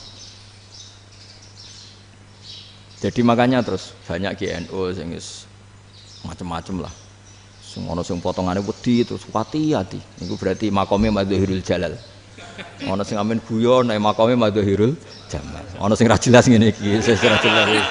Nak guyu buanter kok nak nangis kok buanter. Jebule urusan utang. Lah ini sudah yang udah. Jadi makanya yang rileks saja. Sebenarnya agama ini santai, rileks karena agama ini harus bifarohin wasururin. Enggak boleh agama ini dibawa dengan kekerasan, dengan antisosial. Karena agama ini harus kul bi fadlillah bi rahmati fa bidzalika falyafrahu, harus senang, harus rileks. Makanya saya jadi kiai itu senang takutnya gini. Sekali saya tidak senang jadi presiden buruk. Ternyata jadi wong alim ora enak, itu contohnya. Sampean merengut terus uripe susah, nanti orang tidak berani jadi orang alim. Makanya saya buktikan bahwa saya lebih bahagia dibanding rektor. Nanti orang yang jadi rektor semua ingin jadi orang alim. Saya pernah ketemu sekian rektor di Jogja, tanya, Gus, kenapa jenengan bela-belain pesantren sampai segitu? Kan keren kampus NU, sekarang ada Unisma, ada NU Jogja, ada NU Jepara gini. Tak bilangin gini, sampai rektornya itu istighfar. Gitu. Saya bilangin gini, ini sekaligus tak kasih tahu ini rektor Unisma ini. Tak bilangin gini, andai kan tidak ada kiai kayak saya itu Islam bisa tutup. Kok bisa Gus? Misalnya ada perempuan haid faqal adat, itu kalau untuk tahu hukumnya haid daftar dulu ke Unisma, daftar dulu kan, setelah daftar nunggu pelajaran haid, baru tahu haid setelah 3 tahun dari masalahnya. Gitu. Tapi baru kayak kiai ketemu saya di jalan, Gus anak kula nu haid ngeten-ngeten mboten normal, hukumnya piye? Oh hukumnya ngene dibalekno ning adat, ora usah registrasi, ora usah daftar. Jadi ya harus ada istighfarnya lah. Unisma juga harus istighfar, semuanya harus istighfar. Karena ada sisi yang nggak mewakili kebutuhan Islam. Tapi saya sebagai kiai juga istighfar. Karena fakta hukum mengatakan yang boleh jadi KUA yang jabat, yang boleh kemenak yang punya gelar. Dan ini yang mengawal Islam secara undang-undang karena mereka yang bikin. Nah, karena kiai tidak punya gelar tidak bisa jabat di situ. Saya juga istighfar. Jadi tidak sampai untuk yang istighfar. Karena yang kebutuhan ini terwakili yang punya gelar. Tapi yang punya gelar juga harus istighfar tadi. Mosok kepen roh hukum khed ngenteni kuliah sik. Ngentek itu aja nanti nunggu guru yang pas mata pelajaran itu. Ya, terus kapan dekne salate wong jawabannya belum ketemu. Tapi baru kayak saya kan ketemu di jalan tanya. Terus saya sering ketemu. Gus, saya ini bapak angkat. Mau nikahkan putri saya, itu gimana itu? Kalau cerita wali sebenarnya anak saya sok. Kalau nggak cerita nggak sah karena saya bapak angkat. Itu banyak. Hanya tak akali ya sudah wali yang sebenarnya taukil pada hakim tanpa diketahui, tapi hakikatnya itu taukil hakim. Itu kan tidak gampang. Nah, tapi kalau tanyanya di kampus registrasi dulu, daftar dulu, baru tahun berapa ada pelajaran itu? Semester 5 baru tanya. Iya kan? Semester 5 ya? Iya. Oh, itu kan. Jadi jangan kira terus sistem Unisma itu yang terbaik di dunia, enggak juga kan? Enggak juga. Dan sistem-sistem yang lain maksudnya ada. Tapi sistem kiai lho, Mbah Mun juga sering pesen saya, kowe kudu seneng pegawai negeri. Piye-piye sing jaga agama itu pegawai negeri. Kemarin pas acara 7 harinya Gus Roba sama matur itu di depan para kiai. Setelah saya jadi kiai ya itu nyata. Islam di Papua, di NTT yang bawa siapa? Dokter negeri, ya kan? KUA negeri. Barokahnya mereka negeri dijamin negara kan? Barokahnya Muslim berkebutuhan Islam. Akhirnya bikin musola di situ, bikin masjid. Bahkan di Korea Utara itu ya ada masjid bawaan duta besar. Karena banyak duta besar Muslim berkebutuhan masjid. Yang bisa gini itu yang negeri apa yang swasta? Negeri lah. Di sini kiai tidak mewakili semua kebutuhan apa? Islam. Tapi kampus juga enggak, kampus Islam sekalipun tidak memenuhi semua kebutuhan Islam tadi. Masa orang tanya kan nunggu semester berapa tadi? Semester 5 masih daftar dulu. Nunggu pelajaran itu. Payahnya pas ketemu dosennya, wong saya tidak pernah ribet kan? Dosennya cowok gitu. Jadi sudahlah, makanya ini. Iya, makanya ini kan bentuk kearifan lah. Jenengan ngakui fungsi kiai kayak saya itu bentuk kearifan. Saya juga ngakui jenengan itu butuh kearifan. Saya sering didolani KUA itu. Itu rata-rata ya didikan kiai. Kompilasi hukum Islam itu banyak ya, janda cantik. Contohnya harus cantik, kalau jelek nggak mungkin terjadi kan. Ada janda cantik kebetulan suka kawin tapi takut zina. Saya ulang lagi, suka kawin tapi takut. Itu seringnya gitu Pak Rektor. Jadi dia kawin bosen, bilang ke KUA, Pak saya sekarang mau nikah sama ini. Loh, tapi kamu mau punya suami. Ya tapi kan nggak tercatat Pak. Itu KUA-nya rata-rata itu nggak berani. Meskipun nggak tercatat karena secara fikih meskipun nggak tercatat tetap dia seorang perempuan yang bersuami. Maka nggak boleh nikah sama orang lain. Jadi coba kalau nyun sewu KUA hanya ngikuti hukum formal, yang penting di catatannya nggak punya suami, ya dinikahkan saja kan. Tapi mereka enggak, karena didikan kiai enggak berani. Artinya gini, kalau hanya pro hukum catatan sipil, maka ini dinikahkan bisa karena enggak tercatat. Tapi secara hukum santri enggak bisa dong menikahkan perempuan sing dzati zaujin yang punya suami. Jadi ini barokahnya kerjasama yang baik. Jadi di masyarakat itu tertanam didikan kiai, enggak boleh nikahkan perempuan yang bersuami. Tapi di KUA ngikuti hukum formal. Dan di Indonesia itu KUA itu rata-rata konsultasinya ya sama kiai, sehingga ya nggak berani akhirnya meskipun aku ya udah mlebu rokok mbak gak iso. Dan itu banyak. Seorang lagi ya, makanya ini kan pesantren itu nggak boleh mati. Orang kiai-kiai kayak saya nggak jelas-jelas itu harus lebih jelas lagi. Karena ini yang on time, yang online, yang siapa saja bisa tanya. Saya itu SMS saya itu nggak punya HP WA. HP jadul itu SMS-nya tiap hari tak berapa, orang yang tanya dari Kalimantan, dari Aceh. Gus di kampung saya ada masjid 2 itu yang Samana, ada yang dari orang perkotaan. Gus di perumahan baru ada masjid, yang Jumatan baru orang 12, sah enggak? Ya langsung saya jawab, sah. Dalilnya ini. Ya sudah, nah, tapi kata Imam Syafi'i gini harus orang 40, itu madzhab Syafi'i, dalam madzhab yang lain gini-gini. Itu kalau tanya rektor itu kan ribet. Masuk ajudan dulu, asisten dulu, panjang.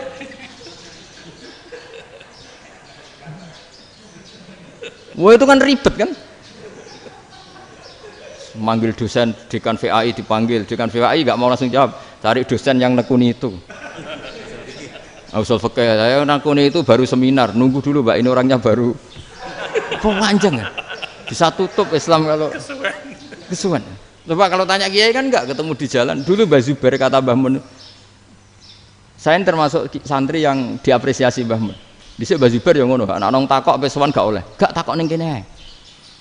Jangan biasa ditanya orang ngadeg-adegan. Ya alhamdulillah ilmunya cukup, kalau gak cukup ya kok sik. Jadi sebetulnya orang sopan itu ya agak-agak ada yang ditutupi sebetulnya. Mboten prayogi teng dalan ngenjang mawon matur. Ya sebetulnya ya sebenarnya memang ilmunya agak cukup gitu. Tapi itu sebenarnya secara fikih itu haram, menunda itu haram. Ya haram tuh, coba bayangkan ya, kalau tanyanya sekarang, Gus saya ini sudah keluar darah 1 bulan penuh, padahal normalnya hanya 6 hari. Saya nanti sholat enggak? Kalau nginjang mawon dugi kula, berarti kan hari ini belum ada keputusan. Sholat apa enggak kan? Tapi karena modus tadi, boten prayogi nggih ngendikan ngoten teng dalan nginjang tengen kula. Itu kemungkinannya 2, sopan atau goblok, itu saja. Kayaknya kalau sopan enggak lah. Kayaknya enggak lah kata saya. Karena secara fikih itu jelas haram. Bagaimana mungkin sesuatu yang harus dipraktekkan nanti duhur dijawab besok, berarti duhur, asar sampai subuh belum ada jawaban, berarti enggak ada sholat kan? Makanya dibutuhkan orang-orang alim yang kultural seperti ini, dan NU menghormati kultural. Tapi Mbah Mun juga sangat menghormati Islam formal, karena tadi produk-produk formal itu bisa dilembagakan oleh negara, dan itu kita ikut untung gitu. Makanya Mbah Mun itu kalau punya tamu KUA, punya tamu polisi sampai pejabat itu. Kenapa saya contohkan KUA? Supaya jangan kira seperti pendapat orang-orang hasud, wah ya mesti aja disolani presiden seneng, menteri seneng. Enggak juga. Sebenarnya semua kiai itu mulai KUA sampai polisi, polsek, polres itu seneng semua. Karena sama-sama diajak mengawal bangsa ini, diajak mengayomi semua masyarakat. Tapi kadang-kadang masyarakat ngeritiknya, jenenge kiai disolani menteri ya seneng presiden. Padahal yang sowan kiai itu ya mulai KUA, Kapolsek, kepala desa, RT, mudin. Itu mudin kalau tanya ya lucu-lucu. Gus kalau nate nyembelih pitik kemanian, pitike go gedhe man. Akhirnya wis ngerti nak kemanian langsung tak sebelah meneh. Terusane ku sah ta ora. Ribet. Ya tak jawab, lah pitike pas iku jek urip to ora? Terus urip Gus. Wis sah cara madzhab Malik jek urip. Karena itu ada perdebatan antara madzhab Malik dan madzhab Syafi'i. Nah, cara Imam Syafi'i itu agak ketat. Hewan yang punya kehidupan sudah mutharibah, misalnya ayam jago, contohnya harus jago, karena kalau ayam kecil diikhlaskan haram. Jadi yang cilik wae kan gitu. Fikih itu ya, fikihnya orang Indonesia itu pecundang. Kalau ayam kecil gak ditanyakan, mate ra wis. Kalau jago ditabrak truk kejet-kejet. Andai kan gak disembelih pun mesti mati. Itu cara madzhab Syafi'i itu haram. Karena penyembelihan ini tidak menjadi penyebab kematian, tapi memang karena kecelakaan tadi. Tapi cara madzhab Imam Malik enggak. Andai kan gak disembelih, matinya kan 2 menit lagi atau 1 menit lagi. Andai kan gak disembelih. Berarti mati sekarang itu bawaan pisau apa bawaan kecelakaan? Ya sudah halal gitu caranya. Nah akhirnya ya saya bilang ya sudahlah kita semuanya mati. Jadi cara debat, cara Imam Syafi'i enggak, cara berpikir itu sudah tidak kehidupan yang normal. Yang dimana-mana penyembelihan itu mematikan yang hidup normal. Jadi agak ketat. Sehingga dalam contoh kemanian, kalau dalam bahasa Jawa nyembelih agak sempurna terus pesonya jatuh atau apa itu, kalau pakai madzhab Syafi'i agak kesulitan. Jadi kalau madzhab Malik asal diselesaikan secara fauron, dan juga sebagian madzhab Syafi'i itu halal. Nah orang mesti tanya gitu, Gus, wedhusku tabrak truk, man Gus kejet-kejet. Tapi nak pitik cilik ra ditakok. Makanya termasuk kritiknya Mbah Mun, tapi ini madzhabnya Mbah Mun ya. Kamu boleh ikut boleh ndak, karena ini urusan ndak penting. Lha wong-wong lucu, nak ditakoki yuyu muni haram mergo amfibi. Yuyu ngerti sampean? Yuyu nggih. Tapi nak ditakoki kepiting muni halal.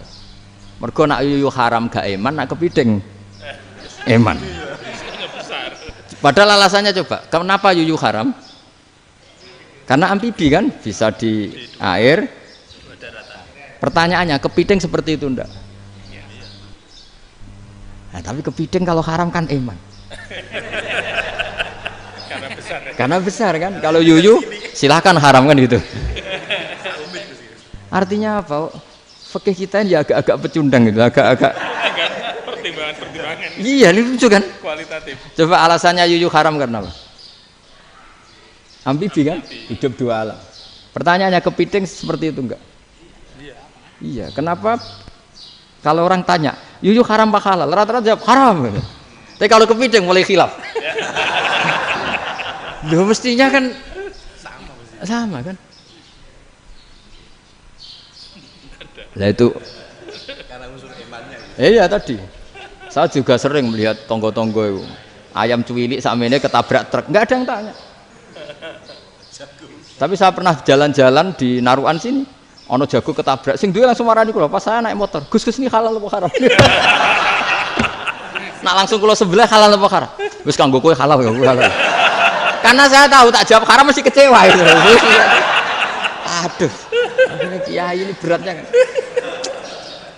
Ya akhirnya ya saya setelah itu Fatihah Imam Syafi'i ngapunten umat kula tuh ora siap madzhab jenengan tuh ndak siap. Iya kan akhirnya pakai madzhabnya Imam Malik tadi. Ya tak Fatihah Imam Syafi'i ini mboten niat nglawan jenengan.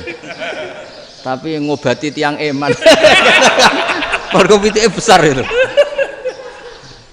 Jadi ini kan cerita ya itu makanya yang rileks saja lah bahwa Islam ini yang rileks, yang menyenangkan karena ya agama ini harus menyenangkan. Raditu billahi robba. Raditu itu senang banget, ridho itu puas. Enggak boleh beragama pertuntungan terus emosinan. Ya marem atau raditu itu marem jadi yang nyaman. Ya saya kira demikian. Assalamualaikum warahmatullahi wabarakatuh. Pelajari lho Pak. Insyaallah. Pon. Alhamdulillah. Satu aja yang di sini benar. Oh, satu aja. Nggih. Nggih. Damel syarat. Jadi mungkin ada satu pertanyaan aja. Satu saja. Bukan keluhan. Ini mumpung Gus Bak pada Madhohirul Jamal. Iya, Madhohirul Jamal. Sebentar lagi sudah Madhohirul Jalal. Jadi gak kena ditakoni. Monggo setunggal mawon. Ya, bagus. Ini gini, ambil. Nggih. Ampun dawa-dawa terus Gus. Ya jaga-jaga ya. Assalamualaikum warahmatullahi wabarakatuh. Saya Fadil, alumni Unisma yang kuliahnya paling lama. Masih di jalanan. Gus, pertama saya muhibin jenengan ngikuti 3 tahun terakhir kayaknya. Sepertinya ketika Mbah Hasyim Asy'ari hadir di tahun 1900-an sampai mendirikan itu kok suasananya sama seperti Gus Baha hadir di tengah-tengah situasi genting Indonesia ini. Saya kira yang memunculkan nama Gus Baha di banyak media online yang saya amati itu malah awalnya dari kelompok bukan kita gitu. Dan itu kami melihat bahwa apakah nanti 1926 dan 2026 satu abad NU, saya kok termasuk orang yang punya apa ya semacam harapan gitu Gus Baha bisa ya mungkin kalau beliau Mbah Hasyim Rois Akbar, sekarang Rois Am, nanti ada istilah baru lah, tengah-tengah antara Rois Am dan Rois Akbar. Karena setiap satu abad harus ada mujadid dan kami berharap. Nah, kamu aja tak angkat. Itu yang pertama, artinya mohon maaf Gus. Yang kedua soal saya termasuk orang yang cukup iskal dengan peristiwa Nabi, kalau banyak disebutkan itu kisah Nabi Khidir atau Khodir yang dari 3 cerita itu hanya satu cerita yang saya masih agak bingung soal di situ anak kecil itu pakai kalimat, kalau di Al-Quran itu pakai kotala, jadi pakai anak kecil itu dibunuh seperti itu.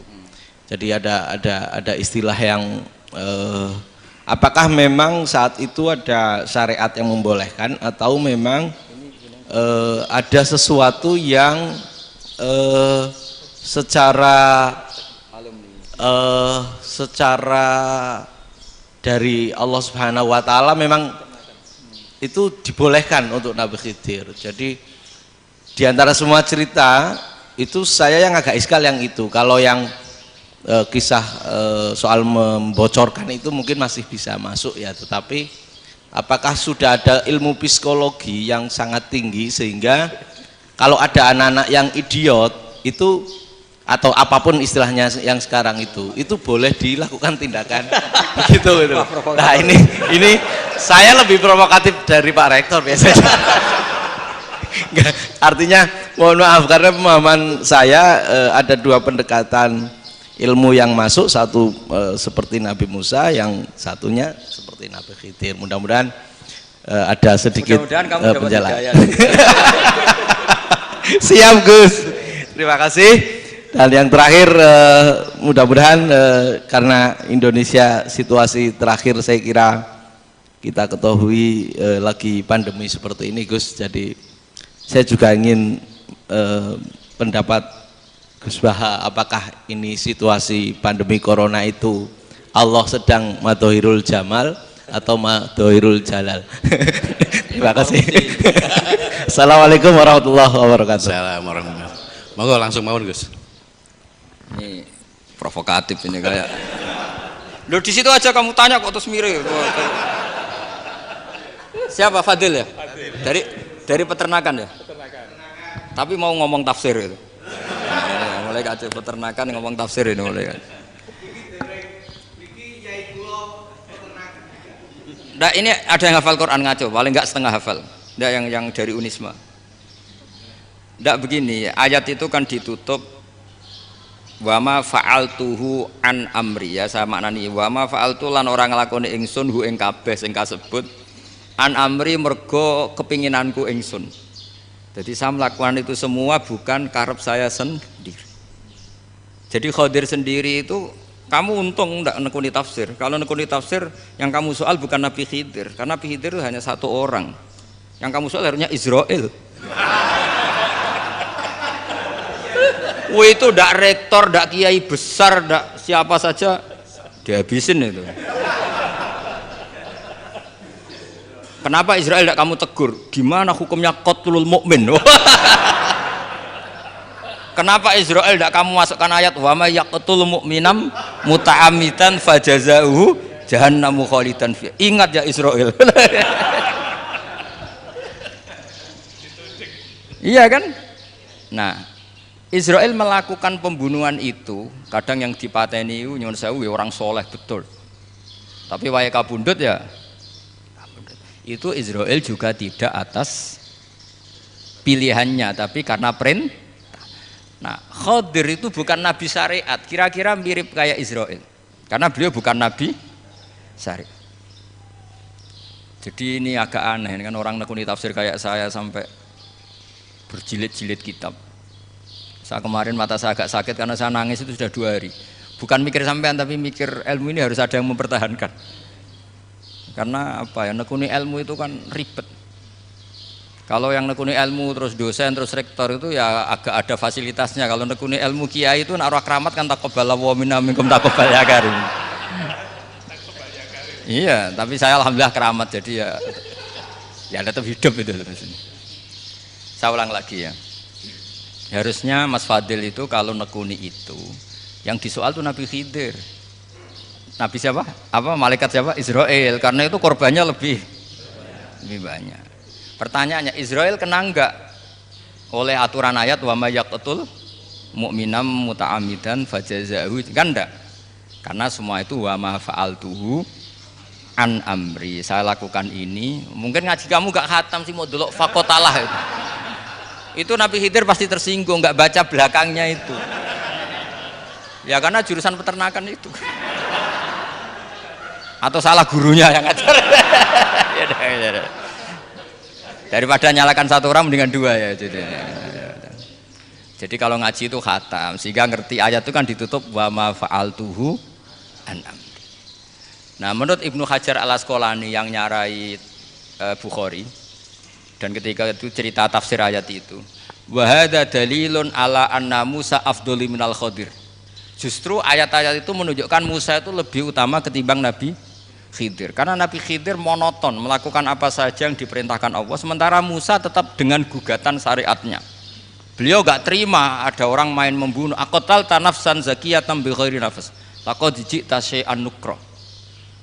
Nah, sur'atu Musa ila nahyil munkar itu menunjukkan beliau Nabi ulil azmi. Jadi Nabi Musa langsung sikap, wah ini tidak benar kamu. Padahal sudah ada perjanjian, kamu tidak boleh bantah. Tapi Nabi Musa lebih ngeboti syariat, lebih memihak syariat, nahi munkar itu wajib. Justru itu menunjukkan derajatnya Nabi Musa fauqal Khadir. Makanya Nabi Musa tetap gugat, nggak bisa dong, ini nafsan zakiyatan kok kamu bunuh. Maka itu jadi ilmu. Nabi Khidir pada akhirnya nyuwun sewu ya tidak bisa jawab. Makanya beliau menutup wa ma fa'altuhu an amri. Sebenarnya saya sendiri itu ya tidak punya alasan. Jadi kalau Israel kamu tanya, ini gimana ini wong melarat mulai cilik, meh sugih mbok pateni. Mbok yo baro ben sempat sugih gitu. Ini kuliah paling lama, urung sempat urip penak. Nah itu kan boyo mateni wong kira-kira lah, nak wis sempat mapan sempat. Lu andai kan Israel pakai aturan syariat kan mateni orang kan ya dikira-kira lah. Jadi itu tidak ada hubungannya tadi dengan ilmu yang kamu katakan urusan psikologi, anak itu tetap semuanya haram dibunuh, nggak boleh. Ya jadi tetap. Makanya ini pentingnya ngaji khatam itu tadi. Jadi pada akhirnya Nabi Khidir itu ada punya alasan, hanya ngendikan wa ma fa'altuhu an amri. Pada akhirnya yang paling pokok yaitu semua ini saya lakukan, saya sendiri itu tidak tahu karena perintah. Jadi untung kamu nggak nyoal Nabi Israel. Kalau nyoal diincem ribet kan. Ini orang tadi pas seminar Gus Bak ngeritik saya. Wah. Jadi itu pinter kamu, yang kamu soal Nabi Khidir, jadi tidak itu. Ya kalau nyoal Israel resiko tinggi itu, resiko tinggi. Tapi yang jelas gitu ya, makanya tradisi pesantren seperti ini harus terus, karena yang punya tradisi khatam. Saya tuh kalau ngaji kitab udah khatam tuh tersiksa karena tadi. Kadang-kadang yang depan-depan tuh tidak jawabannya di belakang ya tadi wa ma fa'altuhu an amri. Dzalika ta'wilu ma lam tasti alaihi sabra. Jadi ya sudah kira-kira seperti itu. Wajar kamu tidak sabar, wajar kamu tidak itu memang saya sendiri sebenarnya juga paham itu. Jadi cara basa Jawa niku wajar saya musakira paham. Jadi aku dhewe ku ya ora paham. Wong aku ya mau nglakoni gitu. Jadi sebetulnya sama-sama ada itu kan. Ini jenenge wa ma fa'altuhu an amri. Dah ya. Ya.